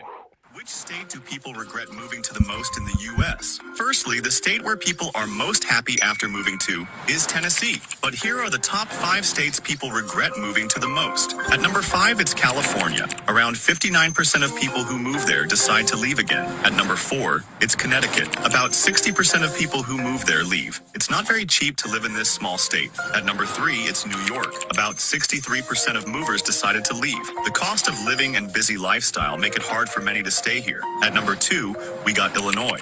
Around 67% of movers leave after a while here. Many people don't like the high taxes and the cold winters. And finally, at number 1, this state tops the list, with a whopping 70% of people leaving after moving there. It's super expensive, and the bad weather doesn't help either. It's New Jersey. Which state do people regret moving to the most in the U.S.? Firstly, the state where people are most happy after moving to is Tennessee. Okay, so Tennessee is the most happy. Most I regret. no offense to people in Tennessee, but I don't. I mean, I like it. My sister lives in Tennessee, but I don't know. I love Tennessee. Really? Yeah, Maybe I got to try it. And yeah. So I'll make a list. 13. I'm at 13. I think I got them all. Wait, she's at 13. That means she's still adding. There could be 1 or 2 that I forgot. So let me say this about Tennessee. Growing up in Atlanta, we went to Chattanooga quite a bit. I've spent a little bit of time in Nashville. I like that state. And fun fact, if you take all 12 members of my fantasy football team, or league, all the different guys spread around the country. Because when we started, we were on Atlanta, and now, 9 out of the 12 are not in Atlanta anymore. And Nashville, Tennessee is basically the epicenter, like the geographical center of our league. And so we threaten every year to just hold the draft in Nashville because it's equal, it's like the middle of the. Anyway, like I said, fun fact, at least for me. I agree completely with New Jersey. As someone who's lived there, Me too. Mm-hmm. New Jersey sucks so much. However, Houston, Texas, you know me, Houston. Houston is actually worse than New Jersey. Really? I agree with that. At least Western Jersey. We lived way out west toward Pennsylvania. And I have lived all the way east toward New York, and it really sucked there. And that's before the family moved up there. But Houston, Texas, I'm sorry. There's just not one redeeming thing about Houston, It's Texas. it's the armpit of Texas. Yeah. It I like is the woodlands. armpit of I think that's pretty. Yeah. But you the see, rest you of notice Houston is horrific. But you notice to get to the woodlands, you have to go 45 minutes outside of the city into this master plan community that is not in Houston proper. It's true. Houston is 2 hours from Houston, by the way. Like every time I go there. Wait. Say that again. I said Houston is 2 hours from Houston. That's funny. I like that. That's true. That's good. I That's like true. that. Anywhere you go, it's 2 hours. So, did you come up with your list there, Kelly? I did. I have Okay. 13, and I'm sitting Let's with hear it. All right. So Japan, Uh-huh. Japan, Texas, Alabama, Kentucky, Germany, Belgium, DC, Alaska, DC, Texas, New Mexico, Texas, Reno, and then back to Texas. So I guess that's 14. Wow. So I came back. How There is we go. Reno, by the way? That was going to be my least favorite. Really? But I think it was a me thing. I don't think it was a Reno thing. Now, Reno is like the wild. Have y'all been there? It is the wild, wild west. I mean, like there are prostitutes. It's complete. Everything there is legal. Like it's Vegas, but it's like the secret Vegas. It's vague. Okay, so this is.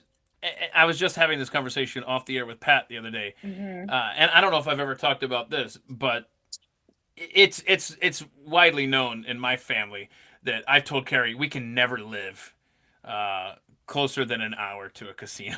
Like there's all casinos. Right, and that's what I figured about Reno. So the draw for Reno, there's no state income tax. It's the fact that you're close to the mountains. I would imagine. Right, it seems like the perfect spot. It's great. Okay, and then I remember, oh crap! I bet gambling's legal there, and that's probably not a good thing. Prostitution's legal, gambling's legal, like I'm all good. of the things. Yeah. So it's like is it like a little Vegas then? It's kind of like a little Vegas, but it's a little bit more like off the beaten path kind of Vegas. It's not as sexy as Vegas. I mean, downtown is kind of cute. They've got the casinos and the Reno sign and everything. And then the mountains are in the backdrop. Tahoe's the best part about it. Tahoe is gorgeous, but it's really poor. There's a lot of drugs. There's no HEB. That really bothered me. So all of the things that gambling brings. Yes, exactly. No, it wasn't. I ended up there when I graduated college. I graduated in December of 2003, and I had a college graduation party, and I was bartending I bartended through college. And so another bartender brought like his homeboy or whatever, and I fell in love with him on the spot. He had a motorcycle and tattoos, and 6 weeks later, I decided to move to Reno, Nevada with him. I think I was 22. Went about as good as it sounds. I was back within a year. Oh, no. So it just might have been me. But I mean, tattoo motorcycle boy aside, it's kind of like just debauchery, and not like the sexy debauchery. Not like this. Hold on a second. No, don't. Let's not proceed. Vegas is the sexy debauchery. Okay. I'm just doing the math here on my own. Are we counting the same place twice if you move back? There's a couple places. Yeah, I mean, I guess. Would. Yeah. Because I've lived in Texas there 1, 2, 3, 4 times. I lived in DC twice. So those are the overlaps. 10. All right, I got 10 then. Okay. Wow. Ooh. Okay. So, yeah. Winner. I will say Where are they? Charleston, South Carolina. Oh, you want me to go through? Born and raised in Atlanta. Then I went to Scottsbluff, Nebraska during high school. Then back to Atlanta. Then to college in Lincoln, Nebraska. Then back to Atlanta. And then Houston, Omaha, Charleston for 5 years. That's our favorite place, far and away. Then New Jersey, and then Dallas. Wow. So, What part of here we Jersey? Hunterdon County. Okay. So when before the family got up there, and I lived 5 months, I rented a room in Perth Amboy, which is grotesque. Wow. And it's right there on the coast, and it's just a few train stops from New York. Perth and boy? Perth dash okay. Amboy. Wow. Enunciation, not my Sounds forte. lovely. That's some Well, Yankee okay. nonsense. So here is the only cool thing about Perth Amboy. In Perth Amboy, just before the Revolutionary War really got kicked into high gear, General Howe met with Benjamin Franklin and John Adams, and he was out on Staten Island, the general, and our homeboys were there in Perth Amboy, and they rented a room, and they were gonna take a boat out to try to let's try to avoid war. Obviously, they failed, and then the whole thing exploded. But the night that they spent in Perth Amboy, and I wish I knew this when I lived there, because I would have tried to find if there's a plaque or something. It's such a great story. So John Adams and Ben Franklin, they have to sleep in the same bed. They had like one room at this inn or whatever, and then they argued while they were trying to fall asleep if you should open the window or close it, because based on the fresh air, like one of them, because we didn't know a lot about germs back then, and so John Adams, I think John Adams wanted to keep the room closed off, and Ben Franklin said no, we need fresh air and all this stuff, and so I guess Ben Franklin was just droning on and on, according to John Adams, who's great when he writes about this. He's like, I let the old man have his way because I was falling asleep and he was just babbling about whatever. So anyway, I love those little anecdotal stories in history. It really brings the the founders to life. Makes it sound a little more exciting for sure. Yeah, not so much the way I tell it, but if you read it in his book, it's so, or read the book John Adams and the way it's written, it tells a lot better. Okay, so there's a story that I had here about a mom leaving her 18-year-old home alone to go on her honeymoon, and then the school reached out to the kid because, and the article goes on to talk about how, oh my gosh, check this out, I didn't catch this till now. On her Reddit thread, so she said, I left my teenager at home for a week. Why did the school make such a big deal about it? Well, first of all, you shouldn't have posted this publicly. You know, That's fair. That's the first thing. That's the first problem. 93,000 interactions. So she went on her honeymoon, and quote, she wrote, apparently this raised red flags, and he got called in to see his guidance counselor and questioned him about the situation. She said, he's a legal adult. He can vote. He can call in case of an emergency. Yeah. And so she's asking, was the school out of line? Is it me? And I guess, first of all, there's so much here. That's a lot. We could pull this apart. Like, what's the proper age that you can leave your kids at home? I'm sure it depends on the kid. Part of me is like, I'm glad that the school cared, but I'm also pissed that they cared too much. That's overstepping. Yeah. So I just wondered, first of all, first rule of parenting, when you leave your kids at home, don't tell anybody, not the school, no one. Yeah. We'll find out if something bad happens, but we don't need, maybe a neighbor knows, right? Okay. Hey, grandma, grandpa, first time. Whatever. Maybe. It depends on if you trust your neighbors. So I just didn't know if you guys had a general rule of thumb on when you think it's okay. And I hesitate to ask you this since it's being broadcast and you have young children. But But as someone whose kids are ages 21, 19, 17, I'll tell you straight up, because I had to ask Carrie before we did this. I was like, why did we start leaving them home alone? And it helps to have a sibling that's older. That's Older, yeah. There's so many variables here. But if you're going to the store or something and your kids are trustworthy, right? I mean, just whatever. I just know that I was home alone. I think the statute of limitations is gone. I was like 9 or 10 years old. I was a latchkey kid. I was at home cooking. By the time I was 11, I'm babysitting other kids. We were okay. So no, I think. Go ahead. No, I think you're right on. But I mean, the 80s was a little wild. Is it because we're Gen X? Is that why it's we're different? Gen X. It's because we're Gen X. People are so sensitive now to like. This is the thing. They freak out over something like this. Like, how dare you leave your kid at home at age 18?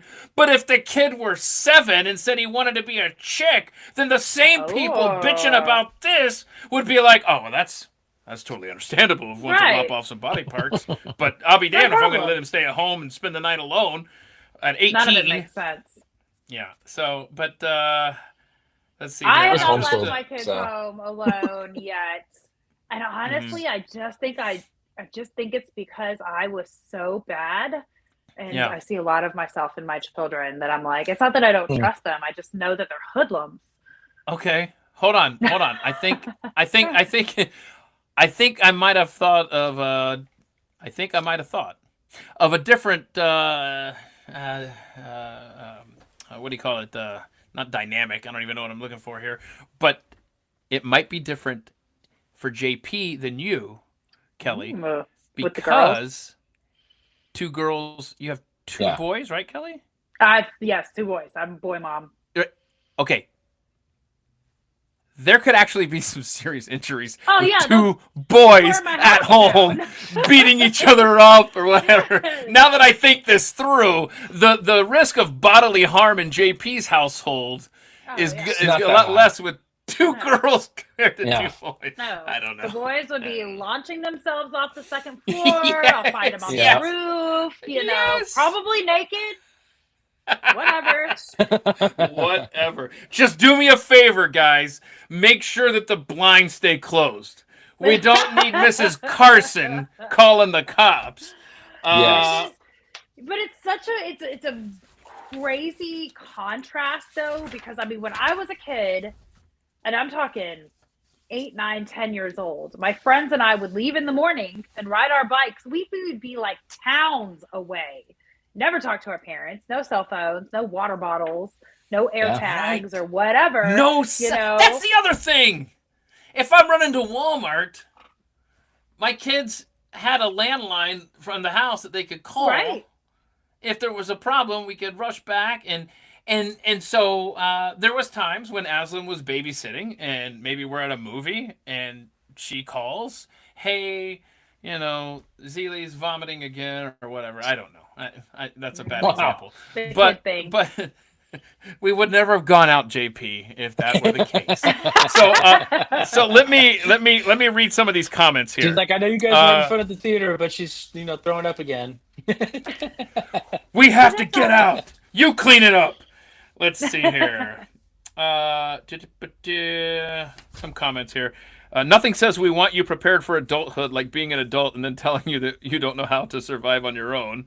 Let's see. That's Some a good making one. comparisons. When I was 18, I traveled solo around the world. Your kid can handle a week at home alone. Okay, I don't know that I want my 18-year-old traveling solo around the world. Maybe, in the military, sure. 17. Some have done that, and it hasn't gone well. Yeah. Let's see. Okay. Others take the school's position, pointing out that administrators may just have been ensuring there was nothing to worry about with their student. Okay. They were concerned for his safety. Imagine if he'd been an 18-year-old abandoned and fending for... Yeah, but he wasn't.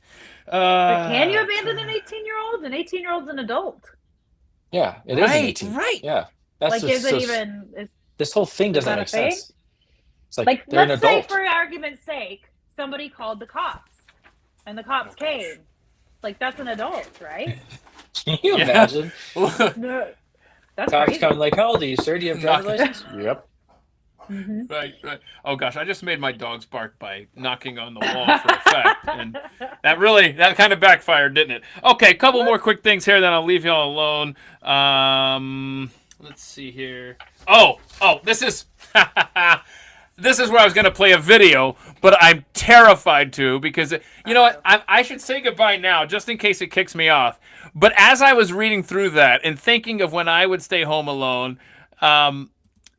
I had this video of this kid, and I thought, if people wanted to see what it was like for me as a kid, it is summed up in this one video that I guarantee you will not play. Yeah. So let's just sit here and see if it magically plays. I'm watching it off to the side. Yeah, no, it's Second. it. Isn't that good? Oh my god! Oh, did you hear the crash?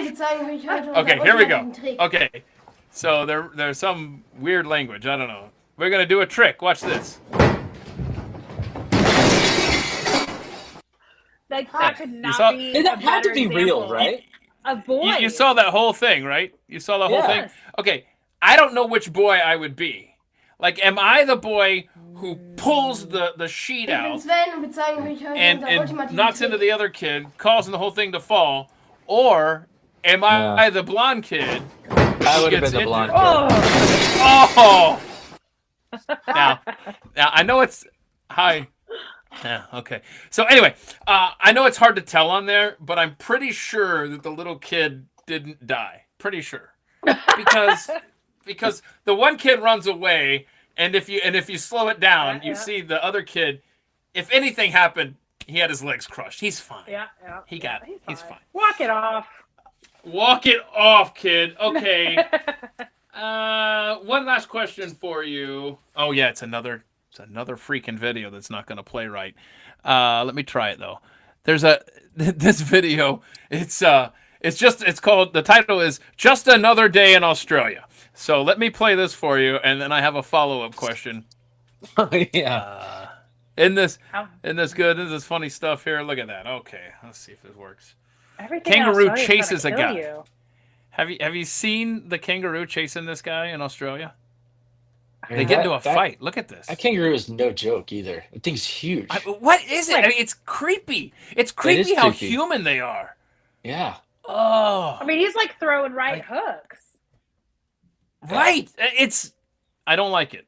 So I just wondered, because I'd be thinking this is on brand for Keith. I'm either gonna die from the China hutch falling on me or the kangaroo beating my ass. So Yeah.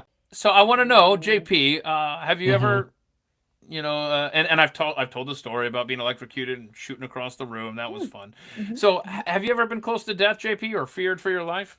Yeah, there's been, well, actually, there's two times. One time I was trying to replace some switches in our house, and I was like, I don't need to turn the power off.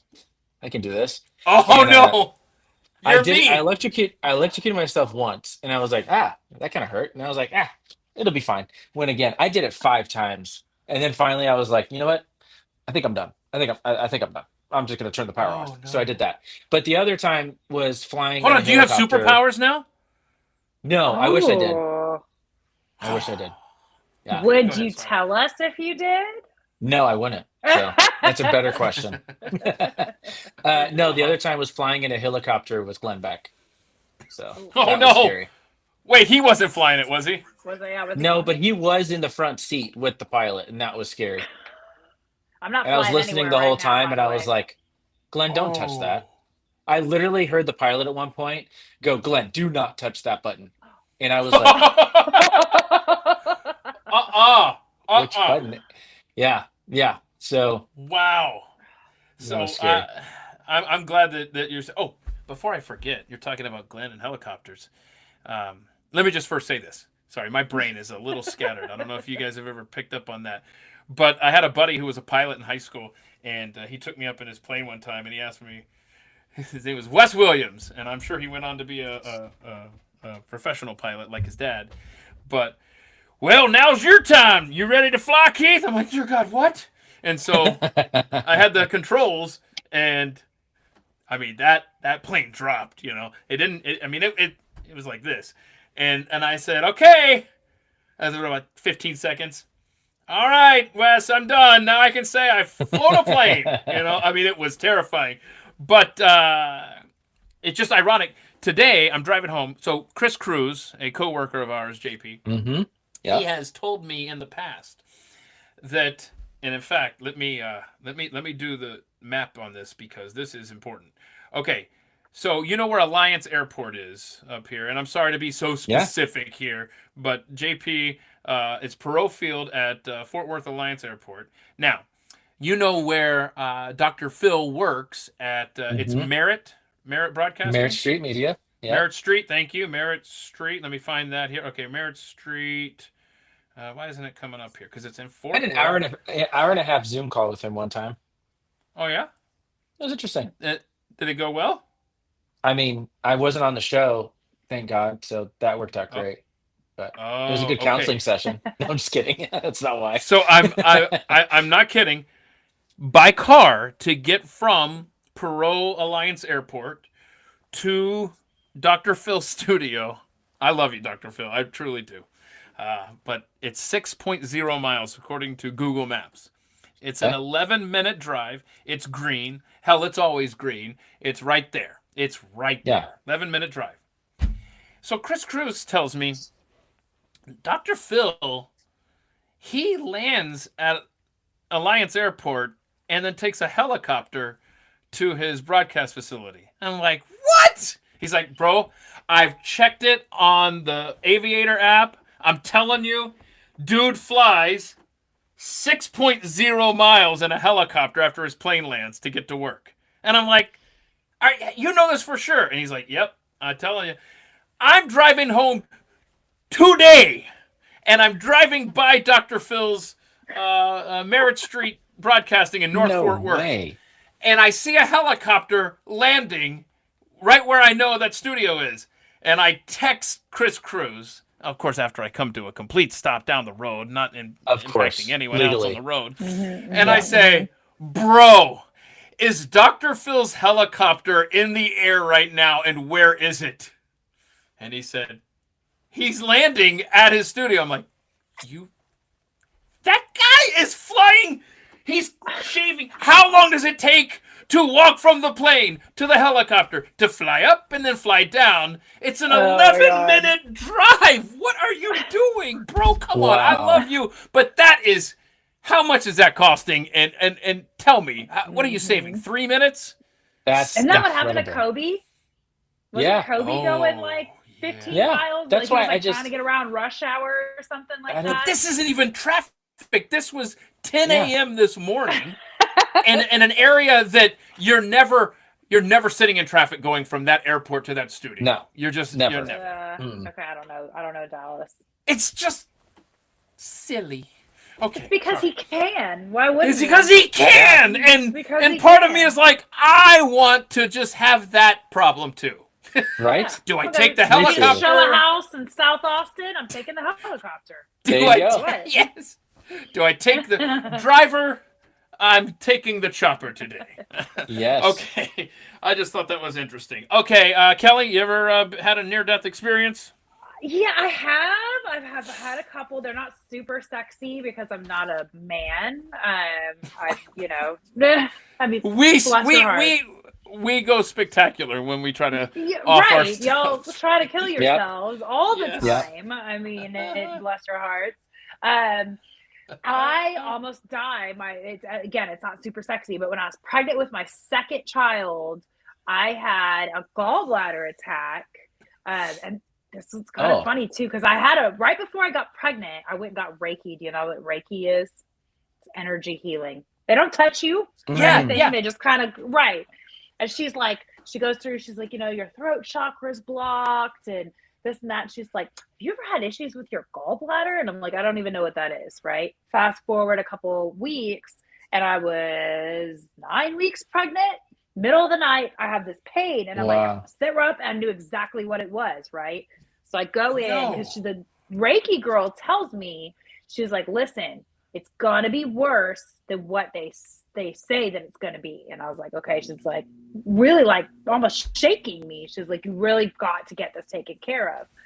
Oh no, my AirPod's about to die. Can y'all hear me? Yeah. Mm-hmm. Okay, cool. So I go and they do the scan and they see my gallstones and they try to talk me into wait until the second trimester or whatever. Well, one of the stones had gotten to my liver and I was going into liver failure. I didn't know that. Nobody saw it. I didn't know. So I'm telling the doctor, I'm like, no, something's wrong. You got to do it. And they did it. And he's 7 now. And I had 2 emergency surgeries. Wow. At 9 months pregnant. Yeah. So again, not sexy, but it was kind of cool with the whole Reiki thing. No, it's so fascinating you mentioned that. I don't know where I mentioned this, if it was on with Pat, if it was a Drinks with Keith, I have no idea. But I recently tried acupuncture. Didn't I tell you to do that? Yes. Probably. Several people told me to do that. I'm sorry. Yes. Kelly told me to do the acupuncture. So check this out. You know how they, at your consultation, they wet the end of a pin looking thing or something, and then they run it on your foot, right? Is that what it was? Mm-hmm. On your feet? That's your meridians. Something like that, sure. Mm-hmm. So then they go, hey, what's the story on your gallbladder? It's got some really, I forgot what she said. No way. Some negative whatever. And I said, well, I had it removed in 2002. She goes, oh, that explains it. And I'm looking over at her computer monitor, and I have all these interesting, most of them are normal levels. There's a couple spikes here and there, which they were right. Freaks me out. But the gallbladder one was off the charts in the red. And that's when she goes, what's the deal with your gallbladder? I'm like, wow, the hell? What is it's huge this? Is voodoo. In Chinese medicine. It's wow. Huge. It's when I went to my acupuncturist after I lost my gallbladder, she was mortified. It's the center of where your chi goes through or something. So I don't remember exactly what it was, but apparently there's a lot of meaning behind it, your body being able to function with it. I just, oh gosh. And by the way, please, if you have gallbladder issues or whatever, get a second opinion. Don't just jump to get taken out. Yeah, no kidding. If you told me tomorrow I would have to give birth or have a gallbladder attack, I would choose birth all day. Wow. It's the worst thing ever. Did they end up taking your gallbladder out? They took it out, yeah. They had to take it out, and then they went in and took the stone out of my liver the next day. It was a lot of fun. So do you have a... I'm sorry, this is Health Watch with Keith Malinak. Welcome to today's program. No, that's not it. It was, do you ever wake up with chest pains? Oh, I have heart palpitations sometimes. It's like heartburn, and you have to eat and drink. We'll pick up this conversation somewhere else. Oh my gosh, it's life without a gallbladder. It's worse now than in 2002. The problem I was trying to correct, and it's been going on for 20 years. Okay. Send me the information. Okay, one last thing. Yeah, please send me that information. I'm not kidding. I want to play one last video. Everyone get ready to play this game together. This will be the last thing we do here. This is a unique math problem. You want to talk about things that freak me out. First of all, math, but that's separate. It's this math problem. So get ready, grab a pen and paper. If this is not loud enough, somebody tell me, or if it's too loud, because I cannot hear. Say the weird thing. Think of a number. All right, so she said, say the weird thing. Everybody heard that? Okay, here we go. Think of a number. Think of a number between 1 and 10. With that number, multiply it by 9. Now, if you have a 2-digit number, I want you to add those 2 digits together. Great. With that new number, subtract 5. Now, with that new number, find the corresponding letter in the alphabet. A is 1, B is 2, and so on. Okay, if you have a letter now, think of a name of a country that begins with that letter. A country. Got one? With the name of that country, the last letter in that country, think of a name of an animal that begins with that letter. Okay? With the last letter in the name of that animal, think of a color that begins with that letter. You got one? Seen any orange kangaroos in Denmark lately? What? Stop it. I don't like it. I don't like it. No way. What? Denmark, kangaroo, and orange. I don't like this game. I don't like that. We all got the same freaking thing. What witchcraft is that? I don't know that one. That's crazy. We can talk about inner Earth aliens, but I don't know that one. Okay, I gotta learn that. That sounds like a fun thing to do. I will tweet this out here in Please just a moment. do. If people want to check that out, at Keith Malinak over on the X. JP, what was your handle again? I'm sorry. It's at J. Paul Decker. At J. Paul Decker. Mercury1.org if you can donate. Speaking Yes. of donating, don't forget our friend Victoria. GiveSendGo.com/Victoria Strong if you can help with those cancer expenses. And Kelly, if people are in the real estate market in Austin, Texas, area. Where can they go to find your stuff? Should they just follow you on Twitter? Yeah, you follow me on Twitter at Kelly, KELLY, 4 Freedom. Again, DM me. I work from San Marcos to Waco. I love my job. We can listen to alien podcasts in the car. It's a lot of fun. I do not own a Blazer. Like, I'm not that kind of real estate agent. But yes, thank you. I don't get it. What? So, okay. So, don't forget your assignment, Kelly. Send me whatever the gallbladder help is. Oh, and yeah, JP, yeah. You were going to send me something too, right? No. Nah. What was it? Oh, no, I got to send you. I got to tweet out the orange kangaroo thing. I'm sorry. That's what it was. I got to learn that. Okay, kids. Thank y'all so much. I appreciate you making time today. Let me see if I can figure out how to stop this live stream. And then next week, we'll see you Thursday at 3 p.m. Eastern. Thanks, when Keith. we talk about Islam. That'll be Happy fun. Friday. Okay, talk to you later. Bye. See ya. All right. Bye-bye. All right, we are clear. Thank y'all so much. Thank Thanks, you Keith. very much. And we'll do this again sometime, brother.